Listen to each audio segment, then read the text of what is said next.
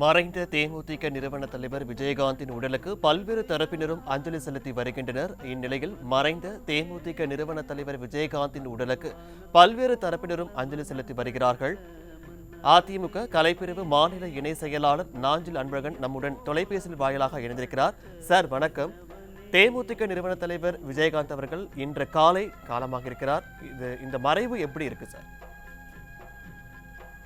அதாவது சினிமாவுக்கு இது ஒரு பெரிய இழப்பு தான். எப்படின்னா, புரட்சி தலைவர் இந்த வள்ளல் தன்மை கலைவாணர் என்ன சொல்லிட்டு கத்துக்கிட்டாரு. விஜயகாந்த் அவர்கள் புரட்சி தலைவர்களிடம் இருந்து தான் இந்த வள்ளல் தன்மையை கற்றுக்காட்டு அவர் பல இடங்கள்ல சொல்லியிருக்கிறார்.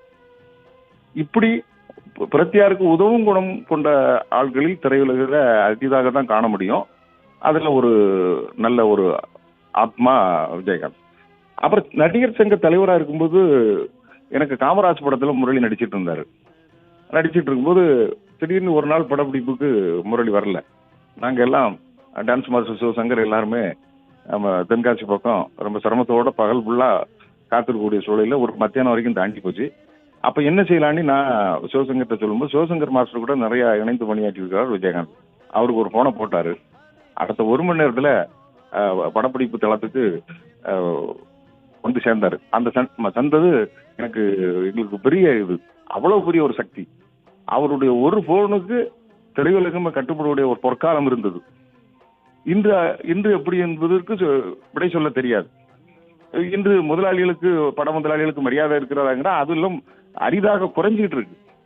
அப்படி ஒரு கட்டுப்பாட்டுக்குள்ள வச்சு எல்லாருக்கும் உதவ வேண்டும் என்ற எண்ணத்தை விதைத்தவர் அவர் தான். அதே மாதிரி ஒரு அப்போதெல்லாம் ஒரு 15 வருடங்களுக்கு முன்பெல்லாம் படப்பிடிப்புக்கு பிலிம் ரொம்ப முக்கியம்.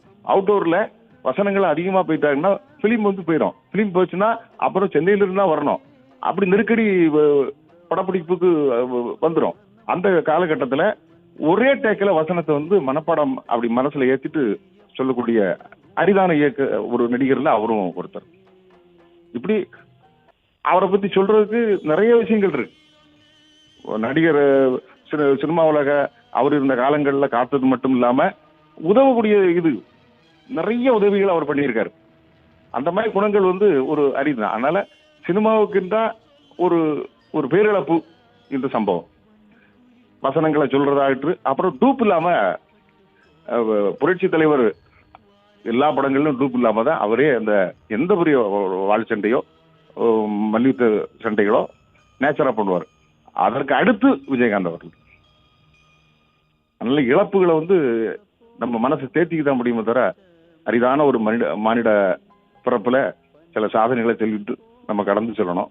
அப்படியே ஒரு பல சாதனைகள் அந்த காற்று வாழும் காலமையாவும் சினிமா இருக்கும். சினிமா இருக்கிற வரைக்கும் அவருக்கு ஒரு புகழ் கண்டிப்பாக நிலைத்து நிற்கும்.